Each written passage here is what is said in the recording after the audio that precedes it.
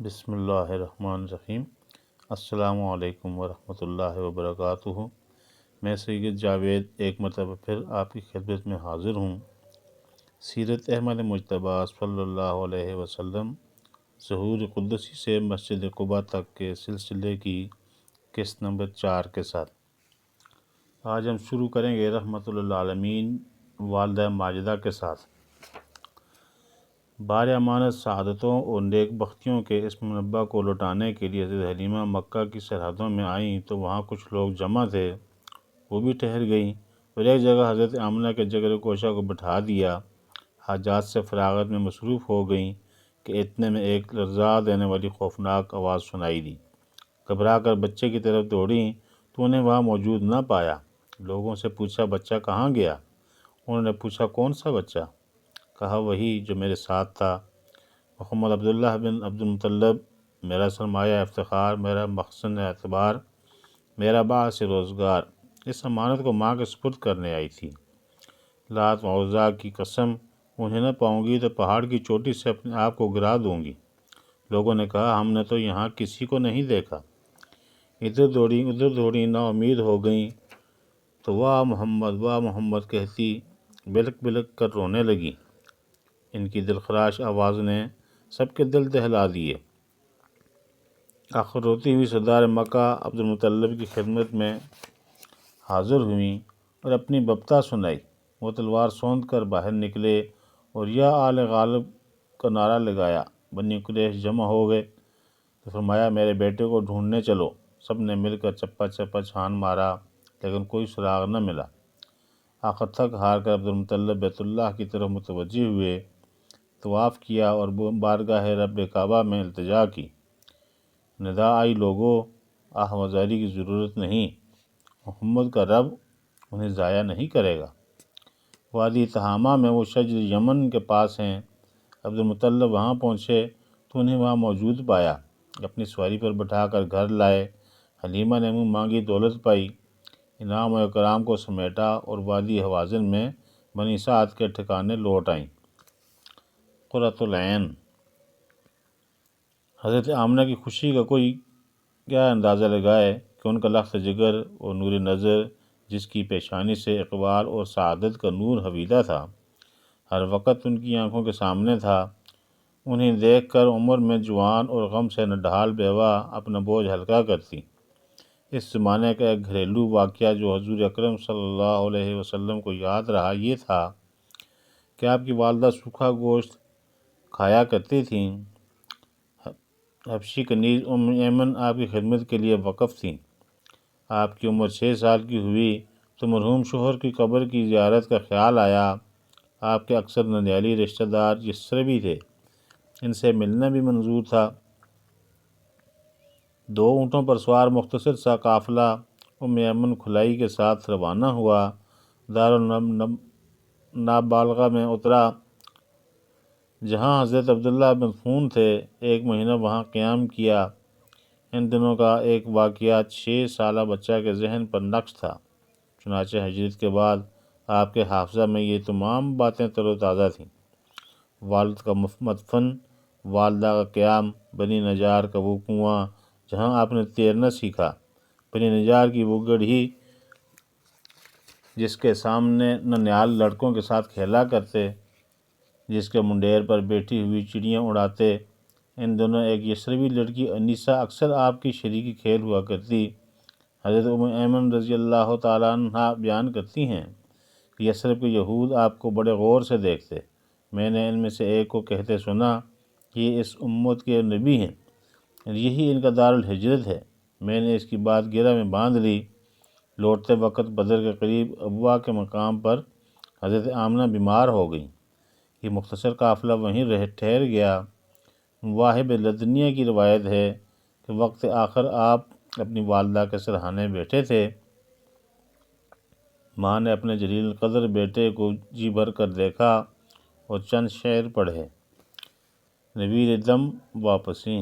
اے بیٹے، اللہ تجھ میں برکت دے، تو اس شخص کا فرزند ہے جس کا فدیہ 100 قیمتی اونٹ تھے۔ میرے نور نظر، میں نے تیری نبوت کا جو خواب دیکھا ہے، اگر وہ سچ ہے تو یقیناً تو جن و انس کی طرف مبعوث ہوا ہے۔ اے لڑکے، صاحب جلال و صاحب اکرام نے مجھے حلال و حرام کے نافذ کرنے کے لیے بھیجا۔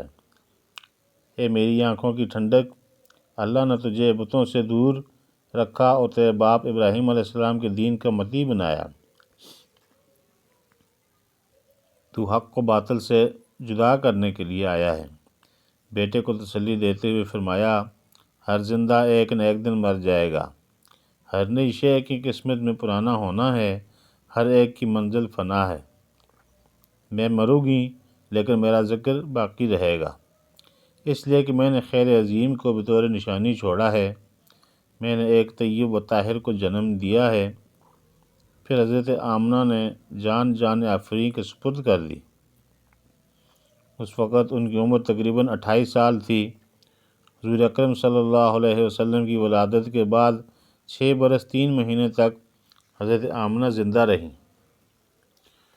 حضور اکرم صلی اللہ علیہ وسلم حضرت عبدالمطلب کے زیر سایہ۔ 6 سالہ بچے کے دل پر کیا گزری ہوگی، یہ اللہ ہی بہتر جانتا ہے۔ زندگی کا یہ پہلا سانحہ تھا اور بڑا ہی سخت، ماں کی ابدی جدائی اور وہ بھی پردیس میں۔ یتیم اب یسیر بھی ہو گیا۔ اس کا حامی وہ تھا جو بے سہاروں کا سہارا ہے۔ حضور اکرم صلی اللہ علیہ وآلہ وسلم کو اپنی ماں کی قبر یاد تھی۔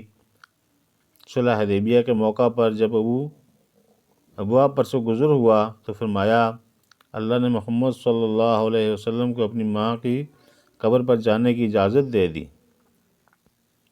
آپ نے قبر کو درست کیا اور باختیار روئے۔ یہ دیکھ کر صحابہ بھی رونے لگے۔ پھر عرض کیا، آپ نے تو رونے سے منع فرمایا تھا۔ ارشاد ہوا، ان کی ممتا مجھے یاد آ گئی اور میں رو دیا۔ ایمن نے اس چراغ تہہ داماں کو سینے سے لگایا اور ماں کی طرح نگراں رہیں، اور یہ ماں کہتی ہیں کہ میرے اس جلیل القدر بیٹے نے کبھی بھوک اور پیاس کی شکایت نہیں کی۔ اکثر صبح کو زمزم میں شربت نوش فرماتے، پھر رات تک کسی چیز کو نہ کھاتے۔ دوپہر میں کھانا سامنے رکھا جاتا تو فرماتے، مجھے اشتہا نہیں ہے۔ حضور صلی اللہ علیہ وسلم اکثر فرمایا کرتے کہ یہ خاتون میری والدہ کے بعد میری ماں ہیں۔ حضور اکرم صلی اللہ علیہ وسلم نے نبوت کا اعلان کیا تو اولین تصدیق کرنے والوں میں سے ہو گئی۔ حضور اکرم صلی اللہ علیہ وسلم نے انہیں آزاد کر دیا۔ ان کا پہلا نکاح بنی حارث کے عبید بن زید بن عمرو سے کر دیا، جن سے ایمن پیدا ہوئے، اسی لیے ان کی کنیت ام ایمن تھی۔ ان کے شوہر کے انتقال پر حضور نے آزاد کردہ غلاموں میں مسلم اول حضرت زید بن حارثہ سے ان کی شادی کروائی۔ اسامہ ابن زید ان کے بطن سے ہوئے، جنہیں آپ صلی اللہ علیہ وسلم حقیقی بیٹوں کی طرح چاہتے تھے۔ ام ایمن نے 2 ہجرتیں کی، ایک حبشہ اور دوسری مدینہ کی جانب۔ حضرت عثمان رضی اللہ تعالیٰ عنہ کے عہد خلافت میں وفات پائی۔ گھنا سایہ۔ مکہ پہنچے تو حضرت عبدالمطلب نے یتیم و یسیر پوتے کو اپنے سایہ عافیت میں لے لیا۔ اسی سال پوتا شدید آشوب چشم میں مبتلا ہوا تو توجہ سے علاج کروایا۔ افاقہ نہ ہوا تو قاضہ میں ایک عیسائی خانقاہ کے راہب کو بھی دکھلایا۔ مختلف روایتوں سے پتہ چلا ہے کہ انہیں یقین تھا کہ عبداللہ کا یتیم اور آمنہ کا جگری گوشہ بڑا نام پانے والا ہے۔ بنی مدلج کی ایک جماعت صدار مکہ سے ملنے آئی۔ یہ کھوجی اور قیافہ شناس تھے۔ در یتیم کا نقش کف پا دیکھا تو اسے حضرت ابراہیم علیہ السلام کے نقش پا جو مصلی ابراہیم کہلاتا ہے کہ مشابہ پایا۔ انہوں نے حضرت مطلب سے کہا کہ اس بچے کو بطور خاص حفاظت اور نگرانی کریں۔ دادا نے حقیقی چچا ابو طالب سے کہا کہ وہ اس بات کو غور سے سن لیں۔ حضرت مطلب کے بیٹھنے کے لیے کعبۃ اللہ کے زیر سایہ فرش بچھایا جاتا۔ حتیم میں ان کی جگہ مخصوص تھی۔ معززین قریش میں سے خود حرب بن امیہ تک ادب سے اس کے اطراف میں بیٹھتا۔ ان کی عظمت اور وجاہت کی وجہ سے ان کے بیٹے تک مسن پر قدم نہ دھرتے۔ پوتا سن شعور کو پہنچ چکا تھا۔ بڑھ کر مسند پر بیٹھ جاتا۔ چچا پیچھے ہٹانے کو بڑھتے تو عبدالمطلب جن کی بینائی کمزور تھی آواز سن کر کہتے میرے بچے کو نہ ہٹاؤ، اس میں خود شناسی کا نادر جوہر ہے، رب کعبہ کی قسم اس کی تو بہت بڑی شان ہے۔ قریب بٹھا کر پشت پر ہاتھ پھیرا کرتے۔ انکشاف: شاہ یمن سیف ذی یزن نے 575 عیسوی میں حبشہ فتح کیا تو عرب کے وفود مبارکباد دینے گئے۔ قریش کے وفد کے سردار عبدالمطلب بیت اللہ کے متولی تھے۔ ایک دن انہیں بطور خاص تخلیہ میں بلایا، بہت غور سے دیکھنے کے بعد کہا کہ میں اپنے خاندانی مخفی علم اور پوشیدہ کتاب سے ایک عظیم خبر آپ کو سناتا ہوں۔ تہامہ میں ایک ایسا بچہ پیدا ہوگا جس کے شانوں کے درمیان ابھرے ہوئے گوشت کی مہر ہوگی، اسے قیامت تک تمام عالم کی سرداری حاصل ہوگی۔ وہ پیدا ہو چکا ہے، اس کے والدین وفات پا گئے ہیں، دادا اور چچا اس کی پرورش کریں گے۔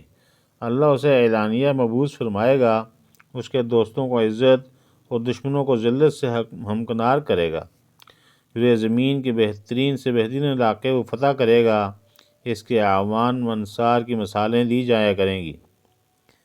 اس کا قول محکم، قطعی اور فیصلہ کن ہوگا، وہ مبنی بر انصاف ہوگا، بھلائیوں پر عمل ہوگا اور ان کو حکم دے گا، برائیوں سے خود بھی بچے گا اور دوسروں کو بھی منع کرے گا۔ عبدالمطلب نے مزید وضاحت طلب کی۔ ابن ذی یزن نے عزت، حشم اور جاہ کی قسم کھا کر کہا، اے عبدالمطلب تم ہی اس ہستی کے دادا ہو۔ عبدالمطلب نے تمام باتوں کی تصدیق کی۔ اس نے کہا اپنے اس فرزند کے خاص طور پر یہودیوں سے حفاظت کیجیے، اس راز کو اپنے سینہ میں محفوظ رکھیے تاکہ حق تعالیٰ خود اس کا راز افشا نہ کرے۔ انعام و اکرام، داد و دہش کے ساتھ انہیں رخصت کیا۔ یہی وجہ تھی کہ عبدالمطلب اپنے پوتے کو آنکھوں کے سامنے سے اوجھل نہ ہونے دیتے۔ جب کھانا کھاتے تو کہتے میرے بیٹے کو میرے پاس لاؤ، وہ آتے تو آپ کھانا تناول فرماتے، اوروں کو بھی شریک طعام کرتے، آپ جو کام بھی کرتے اسے دیکھ کر انہیں خوشی ہوتی۔ جب سوتے تھے تو کسی اور کو ان کے پاس جانے کی مجال نہ ہوتی، مگر بلند اقبال پوتا جا کر ان کے بستر پر بیٹھ جاتا۔ ایک دفعہ مکہ میں شدید قحط پڑا، لوگ بلبلا اٹھے۔ یہ مصیبت چند سال جاری رہی۔ آخر سب کوئی تدبیر کرنے سردار مکہ کے پاس جمع ہوئے۔ انہیں اشارہ غیبی ہوا، پوتے کو اپنے کندھوں پر بٹھا کر سب کے ساتھ کوہ ابو قبیس کا رخ کیا۔ ان کے واسطے سے رب کعبہ سے بارش کی دعا کی۔ پہاڑ سے اترنے بھی نہ پائے تھے کہ کالی بدلی گھر کر آئی، پھر ابر رحمت یوں برسا کہ جل تھل ایک ہو گئے۔ جب کوئی قیمتی چیز کھو جاتی تو دادا آپ کو ڈھونڈنے کے لیے کہتے۔ آپ کی ذہانت پر حد درجہ اعتماد تھا اور آپ بھی بے چیز لے کر ہی پہنچتے۔ ایک دفعہ کچھ اونٹ گم ہو گئے، لوگوں نے بہت تلاش کیا، ناکام لوٹے۔ دادا نے پوتے سے کہا آپ اس کام پر گئے تو بہت دیر ہو گئی۔ آپ کوئی دادا کی بے چینی دیکھتا، بے حد پریشان ادھر ادھر پھرنے لگے، اپنے آپ کو ملامت کر رہے تھے کہ ناحق اس کم سن کو پہاڑوں میں بھیج دیا، جانے کیا آفت پیش آئی ہوگی۔ بہت مضطرب ہو گئے تو بیت اللہ پہنچ کر طواف کیا، اللہ سے رو رو کر سلامتی کی دعائیں مانگیں۔ کچھ وقت نہیں گزرا کہ پوتا اونٹوں کو لیے لوٹ آیا۔ دیکھا تو خوشی سے باشیں کھل گئیں اور عہد کیا کہ اب آئندہ کبھی اکیلا نہ بھیجوں گا۔ آخری وقت آیا تو ایمن کو طلب کیا اور فرمایا اے برکت، میرے اس بیٹے کی طرف سے کبھی غفلت اور بے پرواہی نہ برتنا، کیونکہ اہل کتاب کہتے ہیں کہ یہ اس امت کا نبی ہے۔ حضرت ابو طالب کو بلایا اور ان کے حقیقی بھائی عبداللہ کی نشانی ان کے سپرد کی۔ ایک روایت یہ بھی ہے کہ آپ نے پوتے کو اختیار دے دیا کہ جس کے ساتھ رہنا پسند کریں وہ کفالت و نگرانی کرے۔ دوسری روایت ہے کہ حضرت زبیر کو کفالت کی ذمہ داری سپرد ہوئی۔ ترجیح کے بارے میں 3 قول ہیں۔ اول حضرت عبدالمطلب کی وصیت، دوم قرعہ اندازی جس میں حضرت ابو طالب کا نام نکلا، سوم خود حضور اکرم صلی اللہ علیہ وسلم کا اختیار۔ آخری عمر میں حضرت عبد المطلب کی بینائی جاتی رہی تھی۔ وقت انتقال عمر تقریباً 82 سال تھی، بعض نے 120 سال بھی لکھا ہے۔ حضرت ابن عباس رضی اللہ تعالیٰ عنہ کہتے ہیں کہ وہ قد و قامت میں ممتاز اور حسین و جمیل چہرے والے تھے، جو بھی انہیں ایک نظر دیکھتا محبت کرنے لگتا۔ سب سے بڑے بیٹے حارث کا تو ان کی زندگی میں انتقال ہو چکا تھا۔ مرتے وقت اپنے بڑے بیٹے زبیر کو اپنا وصی، جانشین اور سردار قبیلہ نامزد کیا۔ حضرت عباس رضی اللہ تعالیٰ عنہ کو کعبہ کی تولید بخشی، حالانکہ وہ بیٹوں میں سب سے چھوٹے تھے۔ بیٹیوں سے کہا کہ نوحہ کے اشعار سناؤ، ایسے میں انتقال ہو گیا۔ اس وقت پوتا دادا کے سرہانے کھڑا آنسو بہا رہا تھا۔ ماں کے بعد اب محبت کرنے والا دادا بھی وہاں جا رہا تھا جہاں سے لوٹ کر کوئی نہیں آتا۔ اس وقت حضور صلی اللہ علیہ وسلم کی عمر 8 سال کے لگ بھگ تھی۔ جب ان کا جنازہ حجون کے گورستان لے جایا جا رہا تھا تو 8 سالہ پوتا بھی میت کے پیچھے پیچھے چل رہا تھا۔ شفیق دادا کی جدائی پر آنکھیں رو رہی تھیں اور دل بیتاب تھا۔ سہارے تو بہت تھے، لیکن عبداللہ کے یتیم کی نظر رب کعبہ پر تھی، جو بے آسروں کا آسرا اور بے سہاروں کا سہارا ہے۔ سربراہان بنی ہاشم حضرت عبد المطلب کی موت نے وقتاً دفعتاً بنو ہاشم کا رتبہ گھٹا دیا۔ اب اقتدار کے لحاظ سے بنو امیہ کا خاندان غالب آ گیا تھا۔ قریش کی مسند عمارت پر اب حرب ابن امیہ متمکن ہوا۔ مناسب ریاست میں صرف سقایا یعنی حجاج کو پانی پلانے کی خدمت بنی ہاشم میں رہ گئی۔ حضرت عبد المطلب نے وفات سے پہلے اپنے بڑے بیٹے حضرت زبیر کے حق میں صدر خاندان کی وصیت کی، یہی ان کے وصی اور جانشین ہوئے۔ انہیں حکومت اور خانہ کعبہ سے متعلقہ امور کا انتظام سپرد کیا۔ یہ کوئی 13 سال تک بنو ہاشم کے سردار رہے۔ ان کے انتقال کے وقت حضور اکرم صلی اللہ علیہ وسلم کی عمر 21 یا 22 برس کی تھی۔ ان کے بعد حضرت ابو طالب بنی ہاشم کے 28 سال تک سربراہ رہے۔ بعثت کا 10واں سال اور حضور اکرم صلی اللہ علیہ وسلم کی عمر 50 سال کے لگ بھگ تھی کہ یہ فوت ہو گئے۔ اب بنی ہاشم کی سربراہی دشمن خدا، دشمن رسول خدا اور دشمن دین خدا ابو لہب کے حصہ میں آئی۔ اس نے حسن کی دولت پائی تھی، لیکن متاع ایمان سے محروم رہا۔ 5 سال سے کچھ زیادہ عرصہ تک سردار رہا۔ 2 ہجری میں بدر کی لڑائی کے 6 ماہ بعد سرطان یا طاعون کے مرض میں مبتلا ہو کر عبرتناک موت پائی۔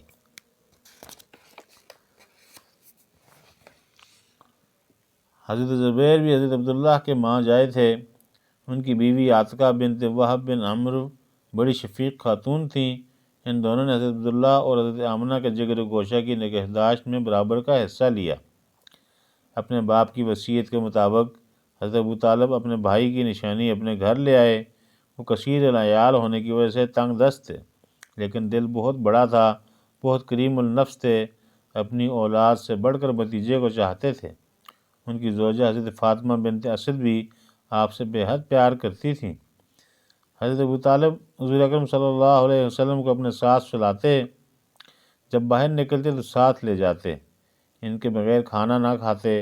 حضرت ابو طالب کے گھر میں بچوں کے لیے جب ناشتہ آتا تو چھین جھپٹ ہوتی۔ انہوں نے دیکھا کہ یتیم بھتیجا اس میں شریک نہیں ہوتا تو انہیں اپنے ساتھ کھلانے لگے۔ 2 عمری میں یہ سنجیدگی مستقبل کی شخصیت کا پتہ دیتی تھی۔ جب یہ منبع خیر و برکت شریک طعام ہوتا تو سب آسودہ ہو کر کھاتے، ورنہ سیری نہ ہوتی۔ اسی لیے حضرت ابو طالب اپنے بھتیجے کے بارے میں کہتے کہ تو حقیقت میں بابرکت ہے۔ یہ فرزند جب کھانے پر بیٹھتا تو بسم اللہ الاحد کہتا اور فراغت پاتا تو الحمدللہ کہتا۔ کسی نے اسے کبھی جھوٹ بولتے نہیں سنا، نہ اس نے کبھی کوئی جاہلانہ بات کی، نہ انہیں کبھی بیجا ہنستے دیکھا۔ کھیل کود سے بھی کوئی خاص دلچسپی نہ تھی۔ سب بچے صبح کو بیدار ہوتے تو آنکھوں میں میل ہوا کرتا اور بال پراگندہ، لیکن یہ بابرکت ہستی خواب سے جاگتی تو آنکھیں سرمگی ہوتی، بالوں پر قدرتی طور پر تیل لگا ہوتا۔ سرور کونین صلی اللہ علیہ وسلم کا بچپن۔ شبانی سے کلیمی تک حضرت صلی اللہ علیہ وسلم نے اپنے چچا کے گھر کی حالت دیکھی تو کام کرنے میں عار محسوس نہ کیا۔ شہر والوں کی بکریاں اجرت پر چرانے لگے۔ مکہ کی ایک پہاڑی اجیاد چراگاہ تھی، جو یہ اجرت حاصل ہوتی چچا کی نظر کرتے۔ حضرت جابر بن عبداللہ رضی اللہ تعالیٰ عنہ کہتے ہیں کہ ایک بار ہم لوگ اراک پیلو کے درخت کے پھل چن رہے تھے تو آپ نے فرمایا جو سیاہ ہو گئے ہوں وہ لوگ وہی سب سے اچھے ہوتے ہیں۔ جب میں بھیڑ بکریاں چراتا تھا تو میں بھی انہیں چنتا تھا۔ صحابہ نے عرض کیا یا رسول اللہ صلی اللہ علیہ وسلم، کیا آپ بھی بھیڑ بکریاں چرایا کرتے تھے؟ فرمایا ہاں، کوئی پیغمبر ایسا نہیں گزرا جس نے بھیڑ بکریاں نہ چرائی ہوں۔ حکمت خداوندی یہ ہے کہ اس کمزور جانور کے لیے چرواہے کے دل میں رحم کا جذبہ پیدا ہو، ان کی درندوں سے حفاظت کے لیے ہر وقت جان پر کھیل جانے کے لیے تیار رہنے سے دلیری کا وصف پیدا ہوتا ہے۔ مشغلہ تجارت اختیار کرنے تک 10-12 سال یہ سلسلہ جاری رہا۔ صبح ہوئی بکریوں کو ریوڑ اور اونٹوں کے گلے ہانکتے صحرا اور پہاڑیوں کی طرف نکل جاتے۔ کتاب فطرت کھلی ہوتی، ابھرتا چڑھتا اور ڈوبتا سورج، ٹھنڈا دہکتا اور جھلستا صحرا، نرم گرم اور غضبناک باد سرسر، رنگ بدلتے پہاڑ، سایہ دیتی وادیاں اور سرسبز نخلستان، یہی خالق ارض و سما کے مصور اور اوراق تھے جسے یہ قدرت روح فطرت پر ابھار رہی تھی۔ ان کا غور و فکر سے مطالعہ اور دقت نظر سے مشاہدہ وہ کر رہا تھا، جسے قدرت نے دنیا میں سیکھنے کے لیے نہیں بلکہ سکھانے کے لیے پیدا کیا تھا۔ حضرت ابو طالب کے ساتھ رہتے ہوئے 2 اہم واقعات آپ کی شخصیت کی تعمیر کا ایک اہم حصہ ہیں۔ مکہ میں ایک جگہ گانے بجانے کی محفل تھی، گرمی کے دن تھے۔ آپ نے اپنے ساتھی چرواہے سے طے کر لیا کہ وہ بکریوں کی نگرانی کرے تاکہ آپ گانے بجانے سے لطف اندوز ہوں۔ چراگاہ سے شہر پہنچے تو تھکن اور گرمی سے چور تھے۔ تقریب شروع ہونے میں وقت تھا۔ ایک درخت کے سائے میں سستانے لگے تو آنکھ لگ گئی۔ جب بیدار ہوئے تو اہل صد اپنی دکان بڑھا چکے تھے۔ آئندہ کبھی اس طرح کے لہو میں حصہ لینے کا خیال تک نہیں آیا۔ ایک سرسبز مقام پر کھجور کے 2 مقدس درخت تھے جن میں پھل کی بہتات ہوتی۔ وہاں بوانا نامی بت نصب تھا۔ لوگ وہاں جاتے اور بوانا بت پر جانور بھیڑ چڑھاتے، سر منڈاتے اور مشرکانہ رسوم انجام دیتے۔ حضرت صلی اللہ علیہ وسلم اس تقریب میں شریک ہونے سے ہر سال انکار کرتے۔ آخر ایک دفعہ تمام پھوپھیوں اور چچاؤں کے سخت اصرار پر آپ وہاں گئے۔ وہاں پہنچ کر بڑی دیر تک ان کی نظروں سے اوجھل رہنے کے بعد جب آپ ظاہر ہوئے تو چہرے پر خوف کے آثار تھے۔ پھوپھیوں نے وجہ پوچھی تو فرمایا جب بھی میں اس بت کے قریب جانا چاہتا ہوں تو ایک سفید رنگ دراز قد شخص میرے قریب آ جاتا ہے اور کہتا ہے اے محمد صلی اللہ علیہ وسلم پیچھے ہٹ جائیے، بت کو ہاتھ مت لگائیے۔ حضرت ام ایمن کہتی ہیں کہ اس واقعہ کے بعد آپ کبھی کسی ایسی تقریب میں نہیں گئے جہاں بت پر بھیڑ چڑھائی جاتی ہو۔ اسی زمانہ میں ایک بار حضرت ابو طالب اور ابو لہب کے درمیان ہاتھا پائی ہو گئی۔ ابو لہب نے ابو طالب کو بچھاڑ دیا اور سینہ پر چڑھ کر بہتاشا مارنے لگا۔ کمسن بھتیجے نے اسے دھکیل دیا۔ اب موقع پا کر ابو طالب حاوی ہو گئے اور ابو لہب پٹنے لگا۔ جب معاملہ ختم ہوا تو ابو لہب نے کہا اے محمد صلی اللہ علیہ وسلم، میں بھی تیرا چچا ہوں اور وہ بھی، تو نے یہ جانبداری کیوں کی؟ خدا کی قسم میرا دل اب تجھ سے کبھی محبت نہ کرے گا۔ مکہ میں ایک بار پھر خشک سالی نے قدم جمائے۔ لوگ پریشان ہو کر حضرت ابو طالب کے پاس آئے۔ انہوں نے کہا اپنے بچے کو لے آؤ، کعبۃ اللہ میں دعا کریں گے۔ سب جمع ہو گئے تو حضرت ابو طالب کو اپنے باپ کا وقت یاد آیا۔ کمسن اور مقبول بارگاہ حق بھتیجے کا ہاتھ پکڑا اور بیت اللہ سے اس کی پشت ملا دی۔ معصوم لڑکے نے دعائیہ انداز میں اپنے ہاتھ آسمان کی طرف اٹھائے۔ صاف آسمان پر ہر طرف سے بادل گھر گھر کر آنے لگے۔ سوکھی زمین کی زبان تر ہو گئی۔ بدلی کھول کے برسی۔ خشک دھرتی کی کوکھ سے سرسبزی نے جنم لیا۔ اس واقعے پر حضرت ابو طالب نے مدیح شاعر کہا وہ روشن جبیں منور ہستی جس کے روئے زیبا کے واسطے سے بادلوں سے بارش کی دعائیں مانگی جاتی ہیں، وہ تو یتیموں کا سہارا، مظلوموں کا فریاد رس اور بیواؤں کا آسرا ہے۔ حضرت عبد المطلب کی طرح حتیم میں حضرت ابو طالب کے لیے بھی الگ مسند بچھائی جاتی تھی جس پر کوئی اور نہیں بیٹھتا تھا، مگر حضور اکرم صلی اللہ علیہ وسلم ان کے ساتھ جا کر مسند پر بیٹھتے تھے۔ اس پر وہ کہا کرتے، ربیہ کے خدا کی قسم، میرے اس بھتیجے پر سرداری جچتی ہے۔ ایک مرتبہ قبیلہ لہب کا علم قیافہ کا ایک ماہر مکہ آیا، سب لوگ اپنے اپنے بچوں کو اس کے پاس لے گئے، حضرت ابو طالب بھی اپنے بچوں کے ساتھ حضور کو لے گئے۔ اس نے آپ کو دیکھا اور پھر کسی کام میں مشغول ہو گیا۔ کچھ دیر بعد اس نے بڑی بےتابی سے کہا کہ ذرا اس بچے کو میرے پاس لاؤ، جس سے بھی میں نے دیکھا ہے۔ چچا نے اس کے اضطراب کو بھانپ کر آپ